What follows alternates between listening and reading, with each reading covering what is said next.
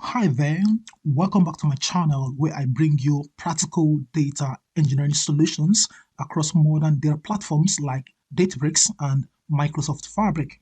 Today, I'm going to continue the series on architecting automated continuous integration and continuous deployment, popularly known as CI/CD, using Azure DevOps. Without much talking, let's get started. As I've done in previous videos on automating Databricks notebook continuous integration and continuous deployment using Git Actions and GitLab, we're going to create the necessary resources and services. So first, we need to create the Azure resource group for the dev, stage, and production environment. And this is necessary in order to isolate each environment. And of course, we need to create the Azure Databricks workspace for the dev, stage, and production environment. So in my case, I've created the Azure resource groups, and of course, we've created the Azure Databricks workspace for the dev, stage, and production environment. So when you look at this, you can see I've got Databricks dev workspace. And when I come to this tab, now I'm going to use this as my stage Databricks workspace. And when I come to this, I've got the production Databricks workspace. So we have the dev stage, which is going to be the pre-production, and then we have the original production Databricks workspace. So I'm going to come back to the dev Databricks workspace, and I'm going to create the dev catalog, and of course I'm going to create dev schema, and I'm going to also create a volume and load my sales files into the volume. So let's do that.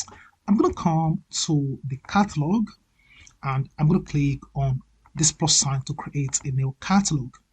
I'm going to call this one dev underscore catalog, and I'm going to choose the study location. This is going to be within the dev Databricks workspace. So I'm going to select this and click on create. Now we want to make sure that this catalog is actually visible across the other workspaces. So I'm going to maintain this default configuration. I'm going to click on this because the all workspaces have access. That's fine. I'm going to come to the bottom and then click on next. And then just click on next. So that is done. So we want to create a schema inside the catalog. So I'm going to click on create schema, and let's call this one dev underscore schema. And again, I'm going to choose the same external location and click on create. So this is now created, nice and easy. Now we want to create a volume inside the schema, and it's going to be like a typical storage location. So I'm going to select this schema and click on create, and I can see the option to create a volume. So click on that. I'm going to call this one sales underscore files, and it's going to be a managed volume, not an external volume. I'm going to click on create. The volume is now created. Now we want to load our sales files into the volume, because we're going to be reading the files in the Databricks notebook. So to upload your data into this volume, I'm going to use this upload to this volume button. And I'm going to browse and bring in sales 2015.csv. I can see the file here, and I'm going to click on upload. So this is now uploaded to the volume, and I can investigate by clicking on the sales 2015.csv, and I can see I've got the order date, region, subcategory, product, and sales columns, 5 columns in total. I'm going to close this for now, and I'm going to go to the production workspace. So we want to create just the prod catalog and the prod schema only in this production Databricks workspace. So I'm going to click on catalog, and I'm going to click on the plus sign, and let's create a catalog. I'm going to call this one prod underscore catalog, and I'm going to choose the production Databricks workspace here. Click OK, click on create. So this is now created. Now we want to make sure that this catalog is actually not visible across the entire workspace, because we want to make sure that no developer will have access to this. So I'm going to go to the configure catalog, and I'm going to uncheck all workspaces have access. So I'm going to come to the bottom and click on next and click on save. So this simply means if another person from our organization logs in into the Databricks, they will only be able to see this catalog without being able to perform any select or do anything. I'm going to come back to this browser, and we want to go ahead and create a project in the Azure DevOps, which is this tab here. And we're going to create the project within our organization. And of course, you discover that I've got Cornerstone Azure DevOps here, and I can see the option to create a project to get started. I'm going to call this one my Databricks project, and this is going to be a private visibility status. I can give a description if I choose, but that's not really compulsory. I'm going to click on create project at the bottom. The project is now created. Now it's really important that your organization where the project is created do have enough parallelism in order to run our Azure DevOps pipeline jobs later on. What do I mean? I'm going to come to this organization quickly, and I'm going to go to the organization settings. I'm going to scroll down to the bottom and click on parallel jobs, which is what we've got in here. And you observe that I've got this free tier for the Microsoft hosted private project parallelism. So if you don't have this, you need to request this. This is not automatically available to you when you sign up on Azure DevOps. You need to request this from Microsoft because it is Microsoft owned parallelism. So to request for yours, just come to this tab. I'm going to provide this link, and you can see Azure DevOps parallelism request. So you need to fill in your names, your email address, and the rest of the details. And very importantly, you need to provide the name of your organization in the Azure DevOps. And of course, it's going to be a private one because this is not given for public use. It's going to be for private use. So once you fill this information, then you can click on submit. And in about maybe 5 working days or thereabout, you should be able to see that you've got something like this free tier, one parallel job up to 1800 minutes per month. That's cool. So in my case, that's already sorted. I'm going to come back here and I want to go to my Databricks project, and we want to go ahead and create our repository within the project, and we're going to initialize the repo with a readme.md file. So to create a repo, I'm going to click on repos on the left hand side, and I'm going to click on this drop down, and I can see the option to create a new repository. I'm going to call this one CI/CD repo. Now take note, you cannot use CI/CD. It's not going to work. So you can use CI/CD as a combined letter, or you can use CI_CD. So anyone is fine. But I'm going to go with this CI/CD repo, and this is going to be initialized with a readme.md file, and that's fine for us. I'm going to click on create at the bottom. Amazing. So we have the CI/CD repository created within our My Databricks project. Nice and easy. Next, we need to clone this repository into each of the dev, stage, and production Databricks workspaces. So let's do that. I'm going to come here. Now, don't forget, this is our dev Databricks workspace. Now, to clone that, I'm going to come to this workspaces, and I can see the option to create a Git folder, and we're going to supply the Git repository URL, and of course it's going to detect the Git provider name, and we're going to provide the Git folder name. So I'm going to quickly do this across the stage by coming to the workspace, click on the create a Git folder, and I'm going to come to the production workspace, click on the workspace, click on the create Git folder. So we have the same windows across the 3 workspaces. Now, to clone the repository into each of the Databricks workspaces, I'm going to come back here, and I'm going to see the option to clone, and I can see I've got this HTTPS command line to clone our repo. I'm going to copy this to the clipboard, and then come back here. I'm going to Ctrl V to paste, and it's going to detect Azure DevOps as Git provider, and it's going to automatically infer the name of the repository that we created, which is CI/CD repo, including this percentage. I'm going to quickly come to the stage and Ctrl V, and I'm going to come to the production workspace and Ctrl V. And let's return back to the dev.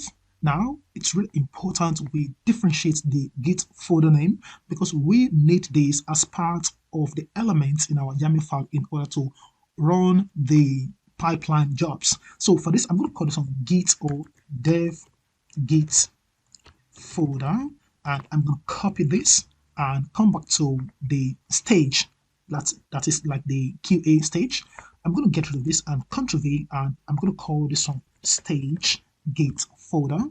I'm going to come to the production, get rid of this, Ctrl V, and I'm going to call this one prod git folder, and I'm going to click on create git folder across the 3 workspaces, and then you're going to be greeted with this error creating git folder. So I'm not going to go too much in all of this details, but we can see how to fix. So it's really straightforward. Now I'm going to scroll down to the bottom, and I can see this detects Azure DevOps as the Git provider, and in order to authenticate, we need the personal access token, and then we can see this nickname. This can be modified if you like, and we need the Git email address. So I'm going to use my email address that is associated with my Azure DevOps. So I'm going to copy this, and then I'm going to come to the stage, and I'm going to Ctrl V to paste.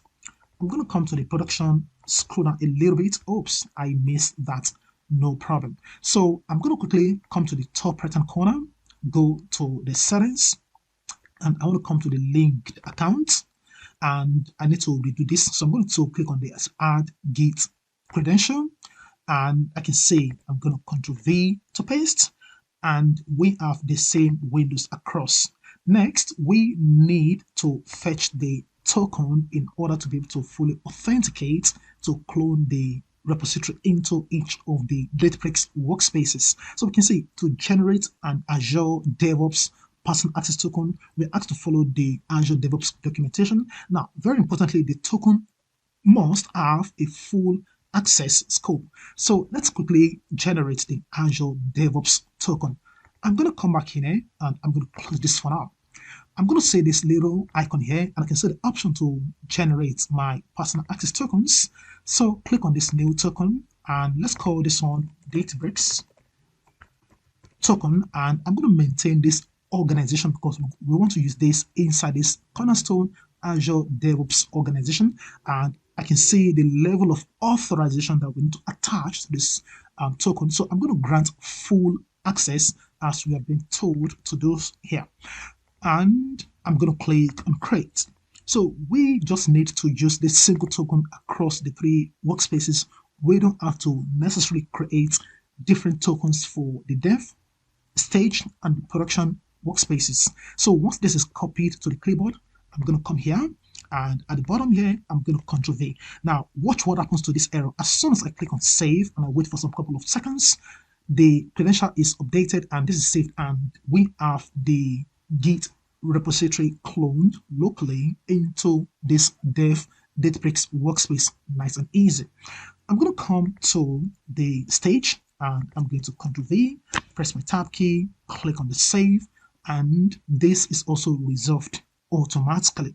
I'm going to click on this, and I'm going to click on this to paste and click on save, and we can see we've got the Azure DevOps Services credential, and we can see my email address, and of course we've got the personal access token as the token required to authenticate. Absolutely cool. Now I'm going to come here, and the next thing we want to do is in the dev Databricks workspace, I'm going to create a feature branch for my Databricks notebook assets. So to do that, I'm going to click on this main. Now the main branch is the collaboration branch, and of course we're going to be having the feature branch where we have the development for data engineers and so on. So I've talked about all of this in previous video. So we've got the name of the Git folder, and then we can always see our branches here. By default, you're going to see the main branch, and then we can see the option to create a branch for development work, and then we can see the number or a unique value that is attached to this main branch, and then we can see whatever changes we've got, and then we can see the option to commit and then to give a description, and of course to commit and push to the feature branch and so on. And then we can also see this pool. So I'm going to be talking about some of this as we go along let's go ahead and create a branch. I'm going to call this on feature/create_notebook, and this is going to be based on the main collaboration branch.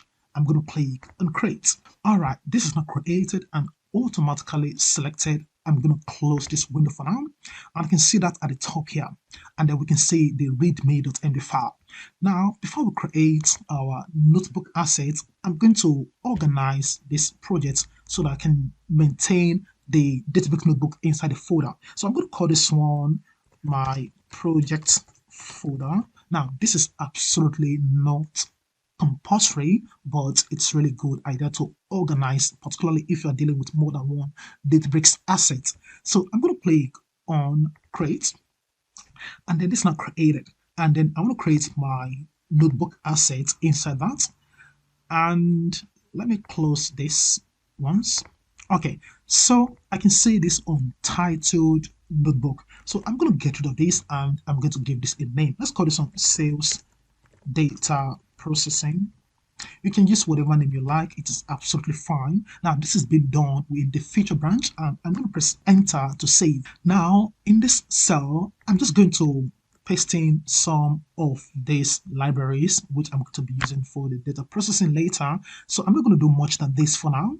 And I'm going to push this and commit to the feature branch we just created. And then we're going to initiate a pull request in order to match the changes in the feature branch to the main branch. So click on this feature branch, and I can see we've got this implement, we've added a code, and when we wait for a couple of seconds, we can see the CMD command line 1, that is the cell 1, we've got this PySpark code.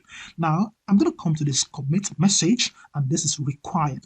I'm going to just write created Databricks notebook, and I can give a description if I choose, and once I'm happy, I'm going to click on commit and push. So this is going to be committed and pushed to the feature branch we just created, and then we can see successfully committed and pushed changes to branch feature, and then this is what you're performing. So I can initiate the pull request from here. So as soon as I click on this, a new tab is opened automatically, and this defaults to the pull request tab under our repos on this left hand side. I can see under the overview, I've got the title, and of course I've got the description, and then I can go on to the bottom and click on create PR, and I'm going to land on this created Databricks notebook PR page. So I'm just going to quickly go ahead and approve. All things being equal, we're happy to approve, and I can see Abiola approved the pull request just now. I'm going to go ahead and click on complete, and I can see what's going to happen after we complete the margin of the code from the feature branch to the main branch. Of course, we want to automatically delete the feature branch because we don't want to have unnecessary branches. So we also want to complete the associated works item after the margin. So this is going to automatically be the post completion options. So this is absolutely fine. I'm going to click on complete merge, and this is going to check for any conflict, no conflict, and in a matter of seconds the merge is now completed. I'm going to click on the main branch, and I can see the code has been deployed to the main branch of our CI/CD repo. Nice and easy. This is the folder we created not too long. I'm going to click on that, and I can see the sales data processing IPYNB. I'm going to click on that, and then we can see the code in a raw state. Now I'm going to come to the dev, and I'm going to click on this. So this is going to automatically delete the feature branch because we've already done that. I'm going to click on the main branch, and we can close this window for now. And I can see we are in the main branch, and then we can see the code has been promoted from the feature branch to the main branch. Now, in this case, we don't have anything such as continuous integration or continuous delete or deployment. Now, I'm going to quickly come here, and let me quickly just refresh and see if the code is also promoted to the stage. No. Okay, and when I come here, I can see the code has not been promoted. We're going to be doing the release using the amazing Okay, so I can see that we've got this Git folder not created. Oops, I'm going to quickly create this Git folder. I think this occurred because I mistakenly, pressed something else not too long. So I'm going to come here and let me use this quickly. Okay, I still have this maintained. I'm going to duplicate this tab and I want to go to the organization and I want to go to the repo that we created and I'm going to clone this again, copy this and come to the prod and I'm going to paste. So nice and easy. Let's call this on prod git folder and I'm going to click on create git folder. Now you can see that we've got this my project automatically pulled in here, which shouldn't be. Now the reason is because we have code that has been promoted to the main branch and everything is automatically cloned into this prod git folder. Not to worry, I'm going to click on this and move to trash because we don't want to say anything in this case for now. So once this has been resolved, I'm going to come back to let me close this for now and we can close this. Now let's come back to the Databricks workspace. Now we want to go ahead and create another feature branch and I'm going to add some PySpark code to read the sales 2015.csv that is present in our volume and we're going to perform a slight transformation and then we're going to write as a delta table into the dev catalog we created. So to do that, I'm going to click on this again and every development work must be done in the feature branch. So never forget to create a feature branch in order to perform any development. Click on this and let's call this on feature and let's say read and write to Unity catalog and this is going to be based on the main branch again. I'm going to click on create. So this has been created. I'm going to close this for now and you want to make sure you're able to see the feature branch at the top so that you're not creating anything on the main branch. I'm going to click on this to create a new cell and use this code. So the strategy for this is to ensure that we're able to load more files into the volume and to be able to add the file path, the volume path into this cell in order to be able to trigger the Azure DevOps pipeline we're going to be creating later on. So at the top here, I've got this file path and inside this, I'm going to be providing the path for each of the 2015, 16, and 17, and so on and so forth. So for now, I can see this is not what I needed for now. I'm going to delete and use a double quote. And then to access the volume path, I'm going to go to the dev catalog and I'm going to expand the dev schema and I'm going to expand the sales volume and then we've got the 2015. I'm going to use these double arrows to automatically populate the path into the double quotes. And based on our sample data, we've got the order date, region, subcategory, product, and the sales. So this is basically the schema definition using the struct type and the struct field. And then we're just performing a simple reading of the files. So I've created this df variable and I'm using the spark.read.option and then I'm going to pass the header as true. Truly our data contain headers. And then for the option, I'm just using this date passer here. So I've got this date format and I've got this dd/mm/YYYY. And then for the schema, so I'm going to be passing all of this that's stored inside the schema into this schema here. And then our data is a comma separated value. So I've got this .csv method and I'm passing this file path inside this double quotes. And we can go ahead and write this as a delta table. So we want to write this inside the dev schema of the dev catalog. So I'm going to click on the schema and copy the schema path. And I'm going to maintain this sales transaction as the delta table name.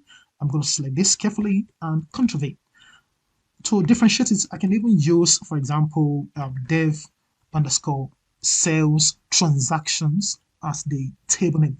And then to write into this location, I'm going to be using this df.write.format, and our format is going to be a delta, and then we're going to use the mode overwrite, and then we're using the save as table method, passing this target table variable created inside this save as table. So once this has been done, we can go ahead and run this cell at the stage, which is what I really recommend. So what I'm going to do is I'm going to quickly schedule this, and I'm going to use the advanced option. Let's do this every 1 minute. We can always make changes to this schedule time, and I'm going to maintain the default settings and click on create.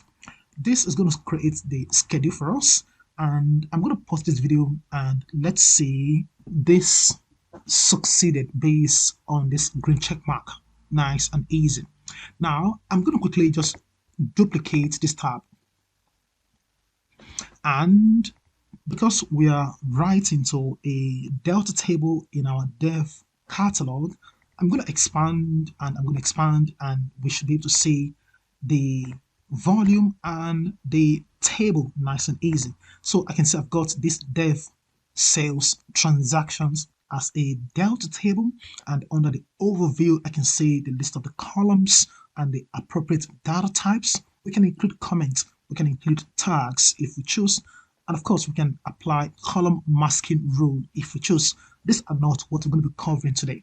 Now I'm going to come to the sample data, and I'm going to select a compute just to quickly see the sample data in a tabular form. We're going to see we're going to have the 5 columns and 20 records for the transaction for 2015.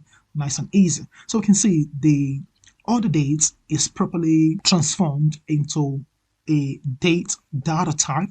We can see the sales as an integer data type, and when I go to the bottom, we've got 20 transactions. Cool, nice and easy. So I'm going to close this for now. Now, in order for us to implement the automated continuous integration and continuous deployment of this Databricks notebook whilst maintaining the best practices, which include creating necessary variables that would be passed on to the YAML file that I'm going to use for this pipeline job, I'm going to proceed to create the necessary variables in Azure DevOps library, and I'm going to give it a name, and let's do that. So I'm going to come here, and I'm going to come to the pipelines, and I can see the option to select library.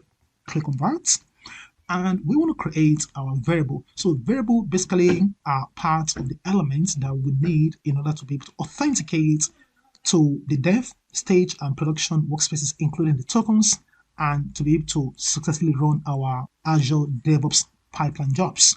I'm going to click on this variable, and first we can see the option to give a variable group name. I'm going to use Databricks underscore variables. Now, just make sure you remember whatever you use here, because we're going to be using this in the YAML syntax in some few minutes to come.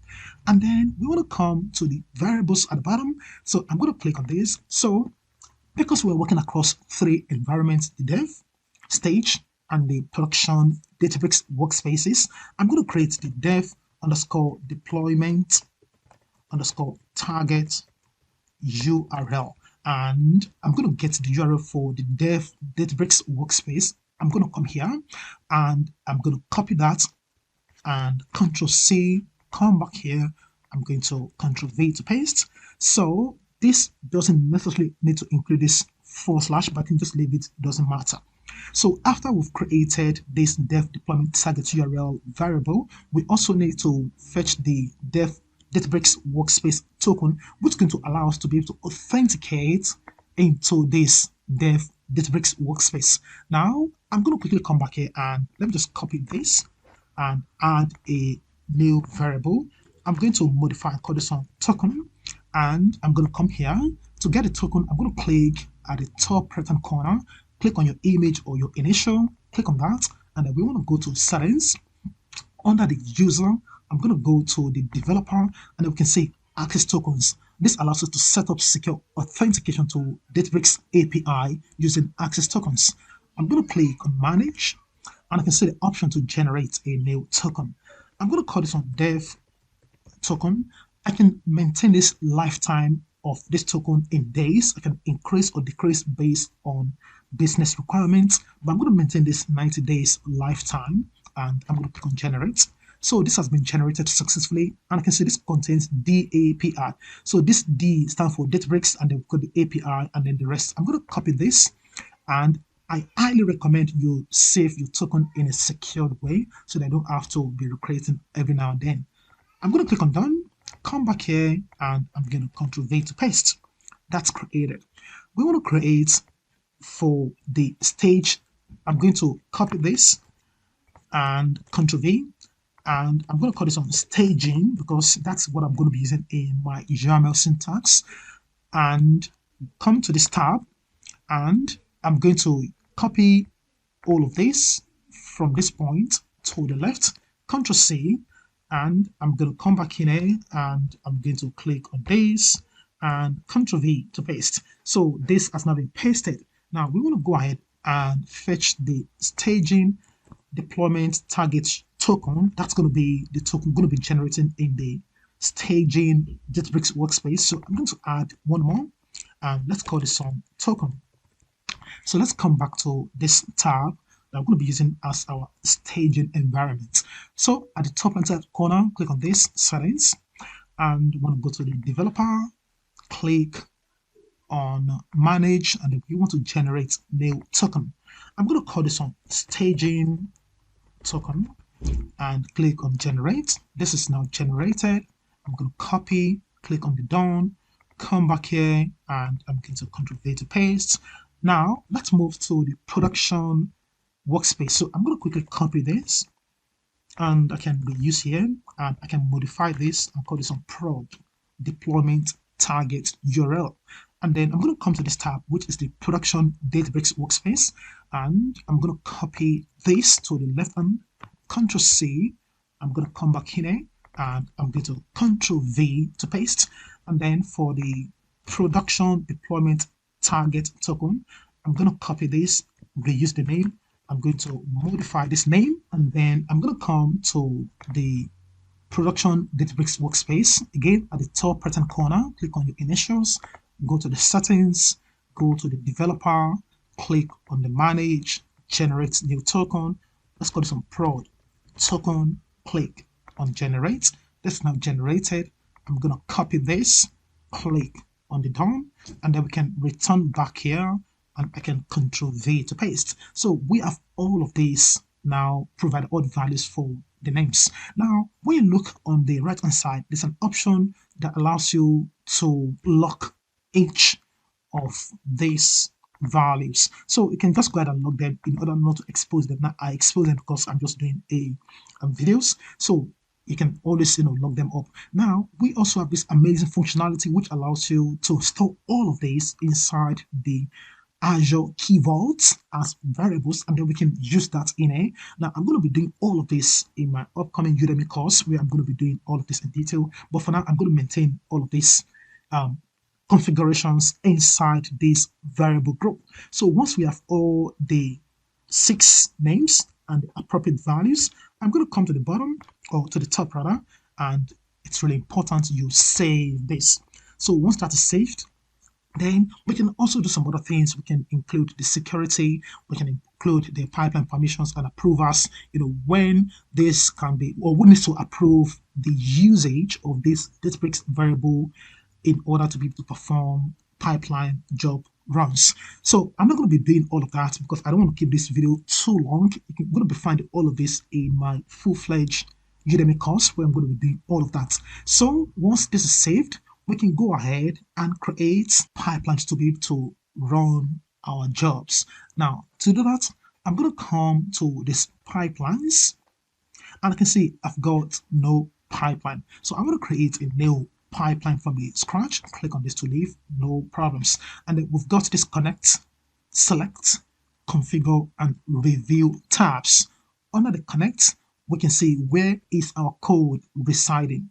Now, your code could be in Azure Repo Git, it could be in GitHub, it could be in Bitbucket Cloud, or other Git. So in our case, our code in the main branch resides in this repo in our Azure Repos Git. So click on this, and then we have to select the repository where our code is actually residing. So this is the CI/CD repo we created initially. And then for the configuration, now you can start with a minimal pipeline that you can customize to build and deploy to your code. And then we can also use an existing Azure Pipelines YAML file. So I'm going to start a pipeline from scratch, and I'm going to be using my code here. Now, the YAML code file and my explanations notes will be made available to this video when this channel gets to 15,000 subscribers. So I encourage you to subscribe to this channel and share this and other videos of interest with your friends and colleagues. So as soon as this channel reach 15,000 subscribers, I'm going to release the all-important YAML code that will be uploaded, which is the biggest part of this process. So please make sure you subscribe to the channel, share, and I'm going to be watching. As soon as we get to 15,000 subscribers, I'm going to give you the code. So please don't bother to even be asking for now. Thank you. So I'm going to paste this code in here right now, and this is the code. Let me just talk a little bit, and then I'll keep the rest as soon as we have 15,000 subscribers. So at the top here, we've got this trigger. So this simply means this Azure Pipelines.yaml will automatically be triggered as soon as we have a code changes in the main branch of our repository. And of course, I've got all of these variables. So for the variables, you can see I've got in this group the Databricks variable. So this is the name that I use when creating all those variables. So you must pass that in. And then I just have this repo dev path, which is just a name that I'm assigning to this repository that is the Git folder coming from my dev environment. Now, to get this side, I'm going to quickly delete. So I'm going to come back to the dev and then go to the workspace, and I can see the dev Git folder here.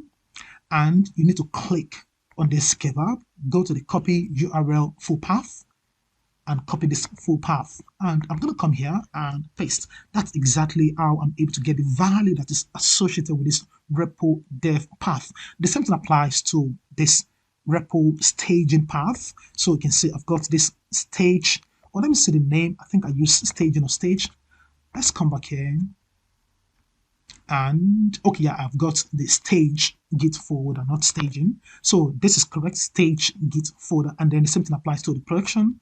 When I come here and I go to workspace, and I can see the prod Git folder. So let's come back here, prod Git folder. So all of these are coming from the same my email address. Now, in a typical production, like in an enterprise organization, definitely you're not going to be having the same developer as the person who's going to be in charge of the stage Git folder, or is going to be in charge of the production. But just for demonstration purpose, I'm the only one doing all of this. But if I have to implement this for an organization, there's a different way and some other settings we need to configure in order to get things right. And then when you look at, I've got this name, so I'm using the Python version 3.10. Now, when you're doing yours, it could be maybe Python 3.11, 12, whatever, but this is fine. So I'm going to keep the rest of this discussion down until when we get to 15,000 subscribers. Now, before I save and run this, I'm going to come here, and you can see when I go to the stage Git folder, we only have the readme.md file. When I come to this prod Git folder, we've got only this. Now, let's go back and click on the save and run. And we're going to say saving will commit Azure Pipelines.yaml to the repository. So we can see this is going to be a commit message, set up our continuous integration with Azure Pipelines, and we can give an optional extended description. Now, very importantly, we need to commit directly to the main branch because that's where the trigger is. So as soon as there's a code modification changes in the main branch, this Azure DevOps.yaml is automatically triggered based on this trigger command we've got in it. So we're going to commit directly to the main branch, not the other branches. So I'm going to click on save and run. I'm just going to start creating the pipeline, and I'm going to see this summary, this window. So we're going to see at the top, we've got today's date, and then we have this setup CI with Azure Pipelines, and we can see this is going to be based on our CI/CD repo repository, and then we can see the summary. We've got individual CI by the person who is creating this, and we can see the repository and the version. We can see this is going to be based on the main branch, and I can see the time started and elapsed, and so on and so forth. So at the bottom here, we have the stages. So we've got the continuous integration, which is going to start in doing the work of building, testing, and validating. And I'm going to be explaining all of this as soon as we have all of that uploaded. So you can see this is not started, and we need to give the permissions in order to execute this build, test, and validation stage of our Azure pipelines. So this pipeline needs permission to access a resource before this run can continue to continuous integration. So I'm going to click on view, yes, and you can see checks and manual validation for continuous integration. So permission variable, so we need the permission on top of the Databricks variable created, and I'm going to click on permits, and you can see granting permission here will permit the use of variable group named Databricks underscore variables for all waiting and future runs of this pipeline. This is absolutely okay. So I'm going to click on permit, and there we go. So this is going to start running. Now I'm not going to go into all the codes and so on. So I'm going to wait for some couple of seconds, and then this is going to start the work of the building, the testing, and the validation of the codes. And as soon as this completed, then we can move to the deploy to the dev Databricks stage. Now, for the continuous integration, it is possible that by the time I'm going to be providing the code, as soon as we get to 15,000 subscribers, there would have been a need for me to modify, because some of the elements of the code might have been deprecated. So I'm going to watch out for that and give you the latest information. So this completed successfully, and we've got one artifact. Now we want to move to the deploy to dev Databricks workspace. Again, this also needs the same permission. So I'm going to go ahead and grant the permission as we've done for the continuous integration. So this is going to start waiting, and we're going to see that starting in some few seconds, and then we move to deploy to staging. Now the staging can completely be excluded. Now I'm not going to be doing so much talking around the staging, but this actually gives me the opportunity to be able to check that all is well before we deploy to the production Databricks workspace. So this is just like a pre-production checks in order not to cause any disruption in the production Databricks workspace. So I'm going to click on this to grant this permission also, and it's going to be granted. Now in my Udemy course, I'm going to be explaining and even adding more to the staging, which could also be known as the quality assurance or whatever. So I'm going to be doing all of that, but at this stage I'm not going to do too much of talking around this deploy to staging, because across different organizations we can have maybe 3-stage or 2-stage or 4 or 5 and so on and so forth, depending on the size of the business. But in a typical organization, you're going to be saying something like this: minimum of 4-stage or 5-stage and so on. So this completed successfully, and then for the production I'm going to grant the same level of permission we've granted to the rest of the stages, and we are going to wait. So once the deploy to prod is now completed, so this simply means the job has now been completed, and this is our continuous integration and continuous deployment. Absolutely fantastic. So you probably observe that, yeah, this is now completed nice and easy. So you can see at the top here, this runs is being retained as one of 3 recent runs by the main branch. So I'm going to just tell you what this means soon. Now once this has been done, completed, we are happy, good to go. Let's come to the stage, and there we go. So the code has now been deployed or released into this stage. And when I come to the production, let's see, amazing. So this succeeded, beautiful. Now, after we've successfully executed the CI/CD pipeline, so it's really important we need to go to the stage Databricks workspace and deploy Databricks workspace to check the deployed notebook. And of course, we can also pull in all the transformation that are associated with the Azure pipelines YAML file. So I'm going to come here and I can click on this. So when the main branch, I can see the sales data processing. Click on that and I can inspect the notebook. So I'm going to just wait for that to come up.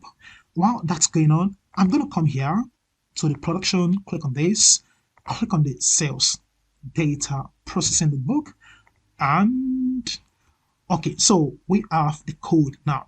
So I'm going to come here. This step is really important. If you miss it, it can cause problem. So now don't forget, we're now using the Azure pipelines to perform the release into the stage and the production environment. So when you come to the main branch, you're going to see this M. This simply means that, oh, this A rather. So I'm just going to wait a little bit so we can see we've got this pool 3. Now let me quickly come here and explain what it means. So we've got these runs. This run is being written as one of the 3 recent runs. So we've performed 3 recent runs by the main branch. So this simply means when I come here, I can see the 3 runs that we need to pull in into the stage and the production workspaces. So you must come to the stage. Please don't forget the stage. Click on this pull, and then I'm going to go ahead and click on confirm.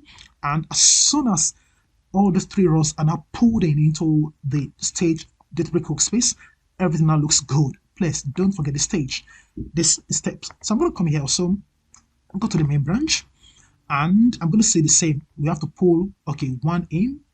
So this should be 2, 3 anyway, but let's just click on this and confirm. All right, so this is now good. Okay, good. So we are in the main branch. Now, based on our strategy for this continuous integration and continuous deployment solution, we want to ensure that we only expose the sales transaction delta table that would land in the production catalog that we created earlier. So for this reason, I'm going to create a folder in this production workspace, and inside the folder I'm going to create a notebook, and the notebook would read the data from the dev catalog, and we're going to write into the production catalog that we've got in it. Then we can create our AI BI dashboard from the production catalog, and this is going to exclude exposing the data to other developers. So what I'm going to do is I'm going to come here and I'm going to step out of this prod git folder. So this is going to be locally within this production Databricks workspace. So this is not going to be governed by the git. So I'm going to click on this, create a folder. Let's call this one dev to prod. Let's call it job or whatever, and then click on create. So this will now be created. So we can create a notebook inside. So for the notebook, you can see we've got nothing like the main or feature branches. This is just a notebook that is resident in this prod Databricks. So this is my strategy that I believe can be used by other people. There are so many ways we can achieve all of this, but I think this is actually much easier and straightforward than have to do a complex solution. So I'm going to call this one dev to prod notebook and press enter. And I'm going to come to this cell and use this code. So in this code, I'm going to read from the dev catalog. And to do that, I'm going to get rid of this. And inside this double quote, let's come to this dev. Now, don't forget the data in the dev is actually part of our CI/CD project. So I'm going to expand this dev catalog, and let's come to this table schema, this table, data table, and then use this double arrows. So we are using the spark.read.table method to read the data here, and then we want to write into this prod catalog we created. So I'm going to get rid of this, and let me just use prod underscore sales, and I'm going to put in a dot, and I'm going to expand the prod catalog. Okay, so I've created a catalog, so I don't have the schema created. No problems. I'm going to quickly come to the catalog, and I'm going to expand and select the catalog, create a schema, and let's call it some prod schema. So this ought to have created. So I'm going to use the same location here, click on create.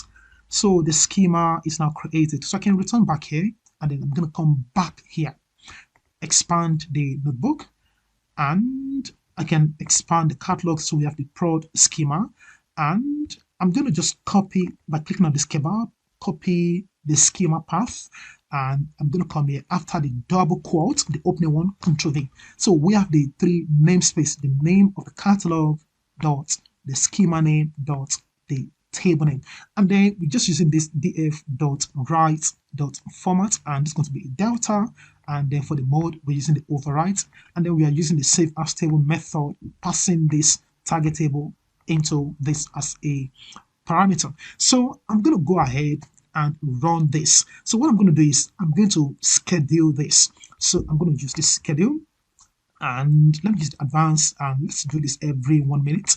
Of course, I'm going to get rid of everything as soon as this video is done. So I'm going to create, and alternatively, I'm just going to run this cell. Let me just use the control enter to run. And this is spinning. So let's say, so this should give us a successful run, and the data in our dev sales transaction catalog should now be available in the production catalog production schema of the prod sales transaction delta table. So this succeeded with this green check mark. I can expand. I can see the PySpark the SQL.connect.date frame, and then we have, let's come to the catalog, and I'm going to go to the production catalog, expand, and then we have the sales prod sales transaction delta table. I can see the overview, the column names, and the data types. Let's connect and see the data. So don't forget, we have the sales 2015 transaction that contains 20 rows of records. So this is cool. Now we want to go ahead and create our AI BI dashboard using the data in our production catalog, and we're going to publish the dashboard. So to create the dashboard, I'm going to click on dashboards, and I'm going to use the create. So first we need to get our data. So let's come to this data, go to the add data source. Now we want to pick from the prod catalog, and then want to go to the prod schema, and then we want to go to the prod sales transaction table. I'm going to click on confirm. Now you can see we can also use the metrics view, which I'm going to be talking about in future video. This is one of the new amazing stuff, that is the semantic layer. So I'm going to click on confirm for that, and I'm going to just wait for this to run so I can see the 5 columns. Now I'm going to extract the year from the order date. So I'm going to maintain all the columns. I'm going to put in a comma and use the year function, open the brackets, and I'm going to call the order date, and I'm going to alias this as sales, and I can run this again. So we're going to be using year in our filter, so we can see the year now included in the last column. Cool. Now, once the data has now been resolved, selected, I'm going to just come to this untitled page. I can double click. Let's call this one report, press enter. We don't need this global filters for now. I'm going to cancel that. So let's just put in a title at the top, and let's call this one sales dashboard from CI/CD projects, and I'm going to make it bold, and let's use size 24. We can align this in the middle, and I can just move this a little bit. Let me just add some emoji. I'm going to press window semicolon, and I'm going to come here. This is not necessary. I'm just trying to be creative. Cool. So we have this sorted. Now let's create 2 things. First, I'm going to create a card. I want to see the sum of sales. So I'm going to move this and just minimize, and let's call this one total sales using counter visual. Control enter. So I'm using the AI functionality of the BR to create this. So the total sales is 107,000. Amazing. Now I want to create a filter, so I'm just going to drop this one here, and I'm going to come to this fields, click on this plus sign. So I'm going to use the sales here, and we're going to say the 2015 only, and let me just minimize this, and I'm going to move this. Okay, I'm going to move it here, and let me just expand this a little bit. Cool. Now let's go ahead and create other visuals. So let me use this again. I'm gonna come here, and let's do sales, okay, by region. Okay, let's just do sales by region. Okay, and by, let's do by products. Okay, so basically we're using a stacked column chart, and I'm going to accept this. All right, this is cool. So we have the sales by region and by products. So we can add some elements to our visual. For example, I can turn on the labels if I choose, and this is fine. So let's just create one more, and I'm going to come here. Let's do sales by category as an example, and let's turn this to a pie chart. Okay, accept, and let's turn on the labels. Okay, so this is now done, and I think this is enough for demonstration. Let's call this one sales CICD dashboard again. I'm going to press enter to commit, and we want to go ahead and publish this. So click on publish, and that's done. I'm going to click on this. So we have the amazing dashboard now ready. So I'm going to quickly come back to the Azure DevOps now, because we want to maintain good control such that we would have a designated person that would authorize approvals in the dev, stage, and production environments. And to set the approval, I'm going to come to the environments. So we can see we've got the dev, the prod, and the stage. So let's set an approval for the dev environment, because we don't want to have any problem in the upstream, that is in the production environment. So we want to make sure that all the approvals are done. We perform the checks and then we approve before we automatically release to the production environment. So I'm going to click on the approvals, and then now you may probably not be familiar with all these environments. I'm going to be covering all of this in details, all this Azure DevOps as far as data engineering is concerned. So I'm going to say the option to choose approvers. So we have approvers should grant approval for deployment from one stage to another stage. So I'm going to click on that. Now you can set an approval by using an individual person, or you can also create a security group that contain maybe 2 or more people that will give the approvers. So I'm just going to use myself because I'm the only one doing the whole thing, but I'm sure you understand all the concepts, and you can give an instruction. And there's another functionality I love so much. So we have this allow approvers to approve their own runs. So we can disallow them if approvers are also developers like us. We also want to subject them to having their work seen before we can approve them. So we can turn this off if we don't want them to approve their own runs. But in our case, this is fine. I'm going to click on create, and under the approvals and checks, we can see the approval has now been configured, and it's going to be for 30 days. We can extend this date if you like, but this is fine. Let's come to the stage environment. We're going to quickly repeat the same thing. Approvals, I'm going to use myself. We're happy with this to create. Come to the prod, and I'm going to go to the productions. Approvals, we don't have anybody yet. Let's add an approver. So these are some of the best practices when it comes to the continuous integration and continuous development, whether in software engineering or data engineering or whichever field where CI/CD is being used. I'm going to click on create, and this is now created. Nice and easy. So we want to go back to the dev Databricks workspace, and I'm going to go to the catalog, and I want to go to the dev catalog, and let's go to the dev schema, and then we can see the volume, that is the sales files. Now don't forget, we just loaded a 2015.csv into this location. Now I'm going to upload the 2016 and 2017 files. You can see the 2 files. I'm going to click on upload, and they are now uploaded. So I'm just going to quickly copy the path for the 2016 only, and we're going to come here. Now this is where we are doing some development work, so I need to refresh this.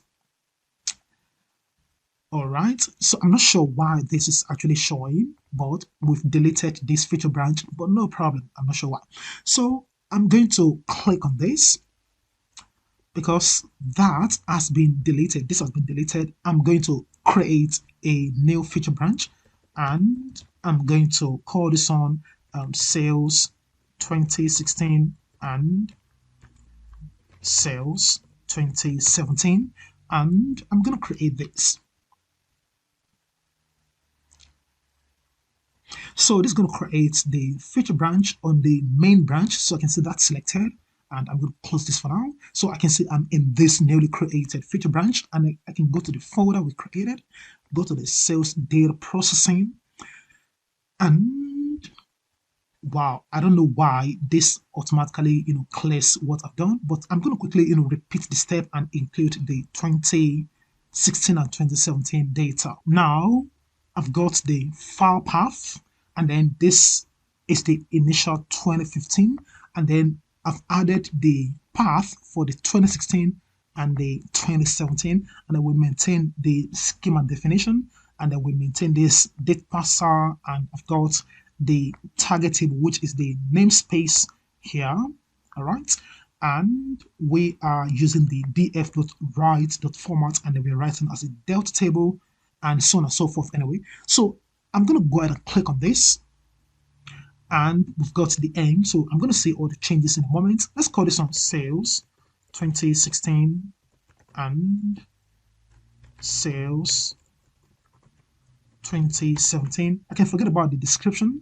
I'm going to go ahead and commit and push to the feature branch we created. And this successfully committed and pushed changes to the feature branch. Let's initiate the PR so we can see all of this. I'm just going to quickly split things up. Create. We can approve. This is not approved now. We can complete the merge. So this is going to delete that feature branch we just created, and we have the merge completed successfully. Now, as soon as this is not completed, the Azure DevOps pipeline is automatically triggered. I'm going to come to the pipelines, and then we can come to the pipelines, and then we can see this dancing running pipeline. So I'm just going to wait for a moment. Let's click on this, and then we can see this familiar interface. So now the continuous integration is actually doing its job, doing the build, test, and doing the work of validation. So once this succeeded, we're going to see, based on the control that we just implemented, there we go. One approver needs your review before this run can continue to deploy to the dev Databricks. So this is how we can maintain control. This is one of the CI/CD strategy that many people may not know about. And I'm going to click on the review. So we're happy to go ahead. You can reject also, but let's say we've checked the deployment and then we're happy, then we grant the approval. And once this also passed, another maybe senior data engineer, whatever, will be the person maybe assigned to the staging environment. And then the person will also need to grant the permission in order to be able to move to the next stage. There we go. So this succeeded. So we are in this environment. So this is now waiting. So this can be waiting for several hours. It doesn't matter, or days. So once we're happy with the deploy to staging, we can review, we can approve. And now all of these strategies are in place in order to ensure that we don't have any problem upstream in the production environment. We want to make sure that everything is good, we are completely satisfied and happy, everything has gone through quality checks, quality control, and so on, and we can grant the permissions. So once this also succeed, then maybe the data engineering manager, whomsoever that has been assigned to perform the approvals and of course the checks, would move on to grant this permission for the deploy to prod. So there we go. So I want to believe all the strategy makes sense. So let's see the solution here, and this is going to also start running. And again, as I've said, don't forget to like this video and share with your friends. As soon as we have the 15,000 subscribers, I'm going to make all the YAML code available and with my notes. So let's see this final step. So once you follow all my steps and so on, you will surely have a successful, high-performance, automated, continuous integration and continuous deployment as far as Databricks notebook are concerned. So this succeeded. Brilliant. Now let's come to the production environment. So you can see for now, we've got only the sales 2015. Now, don't forget, in this notebook here, before I show you anything, this dev to prod, this notebook, we schedule this, all right? So once this is done, I'm just going to wait for this run to complete. As soon as this run is successfully completed, I'm going to come to the Databricks AI BI dashboard and I can refresh and I'm going to see the release of the sales 2016 and 2017 as part of our AI BI dashboard. And of course, I'm going to come to the Unity catalog in the prod and check it out. So this succeeded, nice and easy. I'm going to come here and this is the moment of truth. For now, I can see the 2015. Now the moment of truth is this. Click on this refresh and watch what happens to these numbers. This is going to increase and then we should be able to have 2016. There we go. See, this increased to 233,000. When I come here, brilliant. We have the 2016 and 2017. The CI/CD is robust. It's working as expected. I'm going to come to the catalog and I'm going to come to the prod catalog, prod schema, prod sales transaction delta table, sample data, and when I scroll to the bottom, we have all the 2015, 16 to 17 transaction. So this completes the amazing automated Databricks notebook, continuous integration and continuous deployment video. So I trust you enjoyed this video. If you do, please like, share, comment, follow me on LinkedIn because there's a lot to come in the future. Thank you for watching. Bye for now. Cheers.